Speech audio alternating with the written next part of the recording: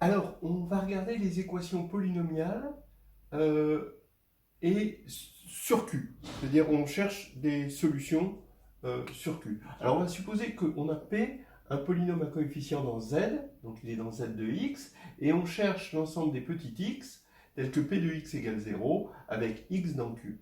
Donc, le mieux, c'est de donner un exemple, et en fait, de voir que bon, cet exemple est suffisamment général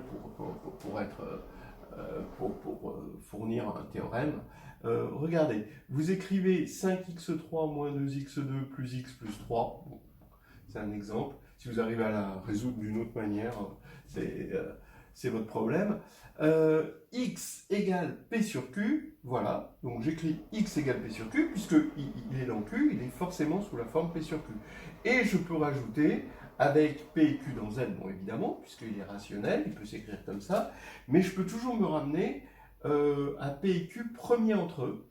Attention, hein, c'est pas parce que je les ai appelés P et Q qui sont premiers, hein, là c'est juste des entiers, mais là P et Q sont premiers entre eux. Voilà. Pourquoi on peut toujours se ramener à ça? Ben, vous le savez, parce que on a une unicité de la décomposition en facteurs premiers, et quand je vais éliminer les facteurs communs, ben, il n'y aura plus de facteurs communs, hein, et cette unicité va faire que forcément, ils seront premiers entre eux. Voilà. Donc, je peux toujours me ramener à ça, vous le savez bien. Et maintenant, en écrivant x égale p sur q et en multipliant par q au cube des deux côtés, je me ramène à une équation 5p3 moins 2p2q plus pq2 plus 3q3 égale 0. C'est une équation on dira qu'elle est homogène de degré 3. Hein, d'accord ? Alors, ça, c'est déjà un premier truc qu'on peut généraliser, c'est que toute équation polynomiale sur Q, à solution dans Q, peut se ramener à une solution, à une équation polynomiale. Alors, cette fois-ci, la première était à une variable, la deuxième est à deux variables, mais elle est sur Z, ce qui va faire qu'on va pouvoir faire vraiment de l'arithmétique, et elle est homogène. Voilà. Alors, en quoi ça nous aide d'être passé d'une équation sur Q à une équation sur Z? C'est que sur Z, ben, on l'a étudié, et il y a la divisibilité, et en particulier le lemme de Gauss. Donc, on va passer toute cette partie où il n'y a que des Q de l'autre côté, et ça nous fait 5p3 égale cette chose où l'essentiel c'est que je puisse mettre Q en facteur. Et inversement, je peux mettre 3Q3 de l'autre côté, ça fait moins 3Q3, et je vais obtenir un polynôme à deux variables, où je peux mettre P en facteur. Voilà. Donc maintenant de cette équation, ben, je dis que Q, il divise le membre de droite, donc il divise le membre de gauche, mais j'ai pu prendre P et Q premiers entre eux, donc le lemme de Gauss me dit que Q divise 5. Et de la même manière ici, le lemme de Gauss me dit que P divise 3. Donc ça veut dire que P, je peux le choisir dans une famille finie, et Q aussi. Donc P, il appartient à plus ou moins 1, plus ou moins 3. Et Q appartient à plus ou moins 1, plus ou moins 5, parce que ce sont les diviseurs de 5 et de 3, respectivement. Donc, maintenant, on peut... Bon, c'est pas difficile d'en faire un théorème.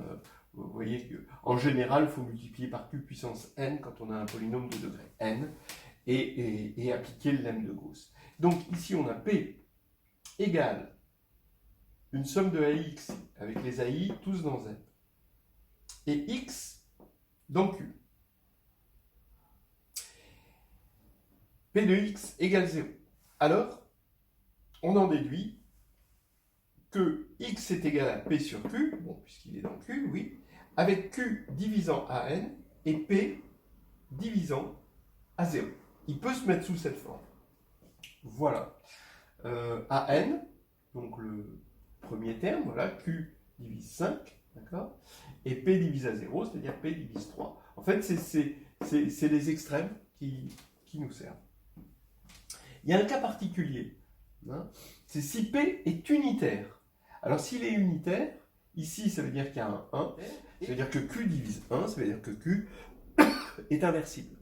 Q est égal à 1 ou moins 1, ce sont les inversibles, et donc comme il y a un inversible au dénominateur, ça veut dire que X est dans Z. Donc le fait que X appartienne à Q implique que X appartient à Z. Vous voyez ce côté saumon qui remonte le torrent, parce que normalement X appartient à Z, bah oui, donc X appartient à Q, bah non, on va dans le sens contraire. Et ça, c'est un peu la signature du lemme de Gauss. Hein. Déjà dans le lemme de Gauss, c'est quelque chose de contre-courant, en quelque sorte, hein, le lemme de Gauss. Donc, maintenant qu'il appartient à Z, bah, il est juste sous la forme P, d'accord? Et P bah, divise à 0, donc X divise à 0, d'accord? Ce qui fait que on peut conclure comme ça, toute solution rationnelle d'un polynôme unitaire à coefficient dans Z est une solution entière, et cette solution divise le terme constant. Il y en a un nombre fini de possibles. Voilà. D'accord? Donc, de deux choses l'une, soit parmi ce nombre fini, vous tombez sur une racine et vous êtes content, soit vous ne tombez pas sur une racine et vous êtes un peu moins content, mais au moins vous savez qu'il n'y a aucune solution rationnelle. Donc ce qui est intéressant, c'est qu'avec un nombre fini de coups, on peut voir qu'un nombre infini n'est pas racine. Voilà. C'est fini. Bon, voilà un grand classique, les systèmes de congruence. On veut trouver tous les x dans Z, tels que x est congru à S modulo A et x est congru à T modulo B. Alors S et T sont des entiers, A et B sont des entiers premiers entre eux. Donc là, l'idée, c'est l'identité de Bezout, hein, c'est d'écrire UA plus VB égale 1. Hein, on sait qu'il y a un algorithme d'Euclide qui nous apporte U et V sur un plateau, des exemples de U et V hein, sur un plateau, grâce à des divisions successives. Hein, on divise A par B et on obtient un reste, puis B, on le divise par le reste, on obtient un autre reste, etc. etc. Et après, une fois qu'on est redescendu dans toutes ces divisions, à un moment, on tombe sur un dernier reste non nul et on remonte pour obtenir ces choses-là. Et le dernier reste non nul, il paraît que c'est 1 quand A et B sont premiers entre eux. Voilà. Donc là, on est fort de cette équation et d'avoir trouvé un U et B. Et on remarque que c'est un système linéaire. Alors, qu'est-ce que ça veut dire linéaire ? Ça veut dire en fait affine. Hein, quand, d'abord, si on met 0 et 0 ici, d'accord, à la place de S et T, donc c'est ce qu'on appelle l'équation sans second membre, là c'est vraiment linéaire. Donc linéaire dans le sens que si x est solution et x' solution, alors toute combinaison z linéaire, hein, de x et x' va être solution. En fait, ça veut dire qu'il y a un groupe, un sous-groupe de z, l'ensemble des solutions est un sous-groupe de z. D'accord ? Voilà, c'est facile à voir. Et si c'est un sous-groupe de z, vous les connaissez, les sous-groupes de z, ça veut dire que ça va être les multiples d'un certain élément. Bon, regardons donc ce qui se passe. Si on fait x congru à 0 modulo A, x congru à 0 modulo B, ça veut dire que A divise x, hein, ça c'est la définition, B divise x, et donc on sait que x est multiple à la fois de A et de B, donc il est multiple du plus petit comme un multiple, c'est-à-dire PPCM de A et B. Étant donné que A et B sont premiers entre eux, alors ce PPCM c'est AB. Donc on a ça, et on a même un si et seulement si.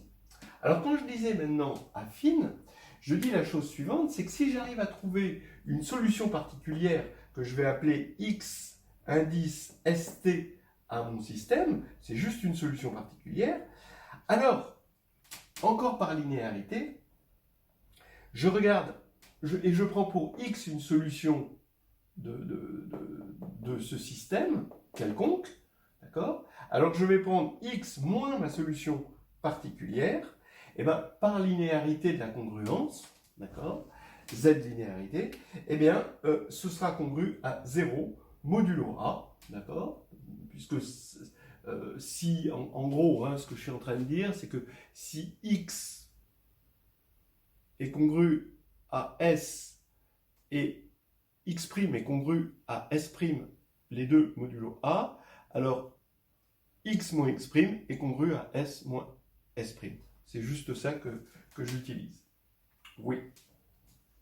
Donc, ici, on aura X moins XST sera congru à S moins S modulo A, c'est-à-dire 0, et T moins T modulo B, c'est-à-dire 0.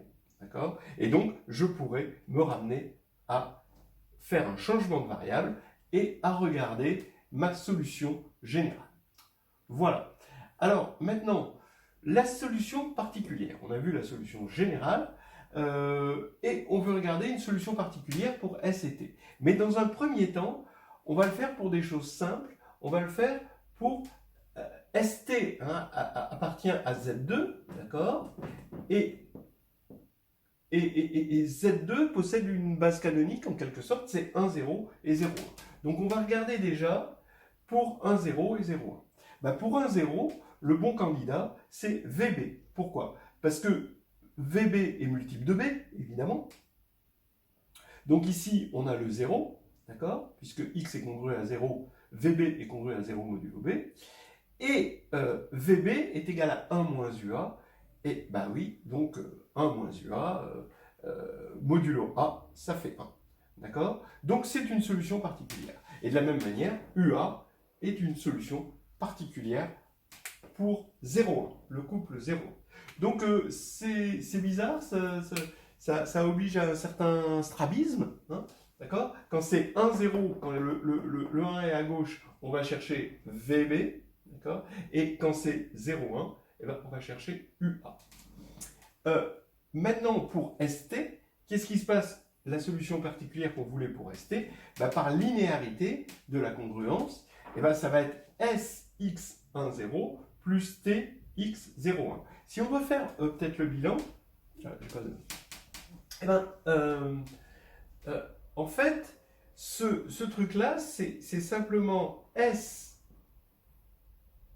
VB, bon, je vais l'écrire avec UA, TUA plus SVB. Vous voyez, ce XST qu'on a trouvé, c'est ça, TUA plus SVB. C'est-à-dire que le T qui était assigné à B, il va se retrouver ici, et le S qui était assigné à A, il va se retrouver ici. C'est le strabisme hein, dont je parlais. Donc maintenant, ça veut dire que X moins XST est congru à 0 modulo A et modulo B, c'est-à-dire cette nouvelle variable est solution de l'équation générale, c'est-à-dire c'est l'ensemble des multiples de AB. Donc ça veut dire que X, l'ensemble des solutions, c'est ce XST, la solution particulière qu'on a trouvée, plus K fois AB avec K dans Z.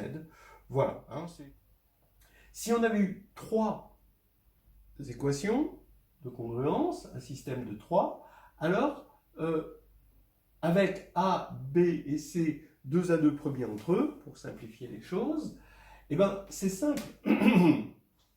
Parce que on se rend compte que ce système revient à dire que X, j'ai plus trop de place, mais que X est congru, regardez, à X ST modulo AB.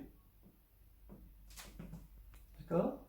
Donc, si on avait eu un système de 3 équations de congruence, eh ben, on remplace les deux premiers par une seule équation, vous voyez, c'est toujours l'idée, en fait, du PPCM, c'est-à-dire que on peut remplacer 2 par un seul. Et après, on vient rajouter la troisième équation et on se ramène maintenant à un système à 2 qu'on sait faire. Voilà. Donc, voilà, ça peut être intéressant. Maintenant, peut-être que le problème, c'est si A et B ne sont pas premiers entre eux et évidemment, le PGCD de A et B serait un certain D. D'accord? Alors, comment on fait si A et B, le PGCD est un certain D? Alors, il y a une situation où on peut tirer son épingle du jeu jusqu'à présent, ce serait quand il n'y a pas de solution. X est congru à S modulo A. Donc, X est congru à S modulo tous les diviseurs de A. Maintenant, X est congru à T modulo B, donc X est congru à T modulo tous les diviseurs de B. D'accord? Voilà. Donc ça, c'est juste la transitivité de la relation divise. Hein, d'accord? Si vous êtes multiple de 4, alors vous êtes forcément multiple de 2. Hein, quelque chose, hein, et ces congruences se disent avec des multiples. Voilà, bien. Donc, je vais prendre le PGCD. Et X, qui est un élément commun, X est congru à S modulo le PGCD de A et B, et X est congru à T modulo le PGCD de A et B. Donc je peux faire la différence, d'accord, et j'obtiens, d'accord, ici, je remplace par le PGCD de A et B, et ici, le PGCD aussi de A et B. D'accord? Donc, maintenant que j'ai le même ici et ici, je peux faire la soustraction et avoir 0 qui est congru à S-T modulo le PGCD de A et B. Voilà. Donc ici, on a un D, d'accord? Et là, c'est D, mais on ne va pas s'en servir. Donc, maintenant, qu'est-ce que je peux dire? Si il existe une solution, alors, eh ben, le PGCD de A et B va diviser S moins T. Voilà. Bon, si je vois que le PGCD de A et B ne divise pas S moins T, alors je peux dire qu'il n'y a pas de solution. Donc là, c'est encore ces idées où il est plus facile de dire bah non, il n'y en a pas, que de les trouver quand on n'a pas d'obstruction. Voilà. Après, s'il le divise, alors il faut un petit peu plus. Et ça, c'est fait dans le carnet de voyage en algébrie. Je vous laisse vous y référer.